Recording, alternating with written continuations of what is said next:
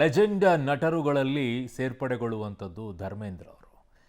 ಈ ಕ್ಯಾರೆಕ್ಟರೇ ಒಂಥರ ಡಿಫ್ರೆಂಟ್ ಆಗಿರುವಂಥ ಕ್ಯಾರೆಕ್ಟರ್. ಕರ್ನಾಟಕದಲ್ಲಿ ಅತ್ಯಂತ ಹೆಚ್ಚಿನ ರೀತಿಯಾದಂಥ ಅಭಿಮಾನಿಗಳನ್ನು ಹೊಂದಿದ್ದಾರೆ. ಮೈಸೂರು ಭಾಗದಲ್ಲಿ ಕಡಿಮೆ, ಉತ್ತರ ಕರ್ನಾಟಕ ಭಾಗದಲ್ಲಿ, ಕಲ್ಯಾಣ ಕರ್ನಾಟಕ ಭಾಗದಲ್ಲಿ, ಮಧ್ಯ ಕರ್ನಾಟಕ ಭಾಗದಲ್ಲಿ ಅತಿ ಹೆಚ್ಚು ಹಿಂದಿ ಪಿಕ್ಚರ್ಗಳನ್ನು ನೋಡುವಂಥವರಲ್ಲಿ ತುಂಬ ಜನರಿಗೆ ಇಷ್ಟ ಆಗುತ್ತೆ. ಈ ತಲೆಮಾರಲ್ಲ, ಹಿಂದಿನ ತಲೆಮಾರಿನಲ್ಲಿ. ಹಿರಿಯ ನಟ ಧರ್ಮೇಂದ್ರ 89 ವರ್ಷ ವಿಧಿವಶರಾಗಿದ್ದಾರೆ. ಡಿಸೆಂಬರ್ 8ಕ್ಕೆ 90 ವರ್ಷ ಕಾಲಿಡ್ತಾ ಇದ್ರು. ಅವತ್ತು ಬರ್ತ್ಡೇ ಅವರದ್ದು. ಅದಾದ ನಂತರ ಡಿಸೆಂಬರ್ 25ನೇ ತಾರೀಕಿಗೆ ಅವ್ರದ್ದೊಂದು ಚಿತ್ರ ರಿಲೀಸ್ ಆಗೋದಿದೆ. ಅವ್ರು ನಟನೆ ಮಾಡಿದ್ದಾರೆ. ಅದರಲ್ಲಿ ಅಮಿತಾಬ್ ಬಚ್ಚನ್ ಅವರ ಮೊಮ್ಮಗ ನಟನೆ ಮಾಡಿರುವಂತಹ ಚಿತ್ರ ಅದು, ಇಕೀಸ್ ಅಂತ ಹೇಳಿ. ಆ ಚಿತ್ರದಲ್ಲಿ ಅವರು ಕೊನೆಯದಾಗಿ ನಟನೆಯನ್ನ ಮಾಡಿದ್ದಾರೆ. ಇಡೀ ಧರ್ಮೇಂದ್ರ ಅವರು ಕೇವಲ ನಟನ ಆಗಿರಲಿಲ್ಲ. 65 ವಯಸ್ಸಿನವರೆಗೂ ಕೂಡ ಅವರು 300ಕ್ಕೂ ಹೆಚ್ಚು ಚಿತ್ರಗಳಲ್ಲಿ ನಟಿಸಿದ್ರು. ಅದಾದ ನಂತರ ಅವರು ಗೆಸ್ಟ್ ಅಪಿಯರೆನ್ಸ್ ಅಲ್ಲಿ ಒಂದಷ್ಟು ಚಿತ್ರಗಳಲ್ಲಿ ನಟಿಸಿದ್ದಾರೆ. ಆಮೇಲೆ ಅವರು ರಾಜಕಾರಣಿ ಕೂಡ.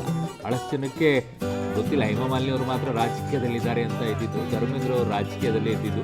ಅವರು 2004ರಿಂದ 2009ರವರೆಗೂ ಕೂಡ ಮಿಕನರಿ ಕ್ಷೇತ್ರದಲ್ಲಿ ಲೋಕಸಭಾ ಸದಸ್ಯರಾಗಿಯೂ ಕೂಡ ಅವರು ಸೇವೆಯನ್ನು ಸಲ್ಲಿಕೆಯನ್ನು ಮಾಡಿದ್ದಾರೆ. ಸೊ ಹಾಗಾಗಿ ಒಂದು ರೀತಿಯಾಗಿ ನಟ, ನಿರ್ದೇಶಕ, ನಿರ್ಮಾಪಕ, ಒಬ್ಬ ರಾಜಕಾರಣಿ ಇವೆಲ್ಲವನ್ನು ಕೂಡ ಹೊಂದಿದ್ದಾರೆ. ಅಷ್ಟೇ ಅಲ್ಲ, ಒಬ್ಬ ಕೃಷಿಕ ಅಂದ್ರೂ ಕೂಡ ತಪ್ಪಾಗಲಿಲ್ಲ.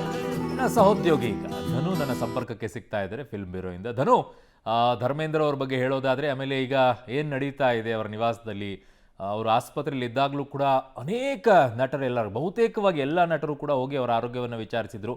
ಈಗೇನು ನಡೀತಾ ಇದೆ ಅವರ ನಿವಾಸದಲ್ಲಿ? ಎಸ್ ಅರುಣ್, ಹಿರಿಯ ನಟ, ಬಾಲಿವುಡ್ನ ದಿಗ್ಗಜ ನಟ ಧರ್ಮೇಂದ್ರ ಅವರು ನಿಧನ ವಿಚಾರ ಈಗಾಗಲೇ ಭಾರತೀಯ ಚಿತ್ರರಂಗದಲ್ಲಿ ಅರಗಿಸಿಕೊಳ್ಳಲಾದಂತ ವಿಷಯ. ಯಾಕಂದ್ರೆ ಇತ್ತೀಚೆಗೆ ಅವ್ರನ್ನ ಆಸ್ಪತ್ರೆಗೆ ದಾಖಲು ಮಾಡದಂತ ಸಂದರ್ಭದಲ್ಲೂ ಕೂಡ ಸಾಕಷ್ಟು ವದಂತಿಗಳು ಹಬ್ಬಿದ್ವು. ಮತ್ತೆ ಆಸ್ಪತ್ರೆಯಲ್ಲಿ ಚಿಕಿತ್ಸೆಯನ್ನ ಪಡೆದು ಚೇತರಿಸಿಕೊಂಡು ಡಿಸ್ಚಾರ್ಜ್ ಆಗಿ ಮನೆಯಲ್ಲೇ ಕೂಡ ಒಂದು ಚಿಕಿತ್ಸೆಯನ್ನ ಮುಂದುವರಿಸಿದ್ರು. ಈ ಒಂದು ಸಂದರ್ಭದಲ್ಲಿ ಈಗ ಕುಟುಂಬಸ್ಥರು ಕೂಡ ಈಗ ಇಲ್ಲಿ ದುಃಖದಲ್ಲಿ ಇರ್ತಕ್ಕಂಥದ್ದು. ಮತ್ತೆ ಬಾಲಿವುಡ್ ನ ನಟರು ವಿಲೆ ಪಾರ್ಲೆ ಏನು ಇದು ಇದೆ, ಆ ಒಂದು ಸ್ಮಶಾನ. ಓಕೆ, ಹಾಗೆ ಸಂಪರ್ಕದಲ್ಲಿ ಇದನ್ನು ವಾಪಸ್ ಬರ್ತೀನಿ ನಿಮ್ಮ ಹತ್ರ.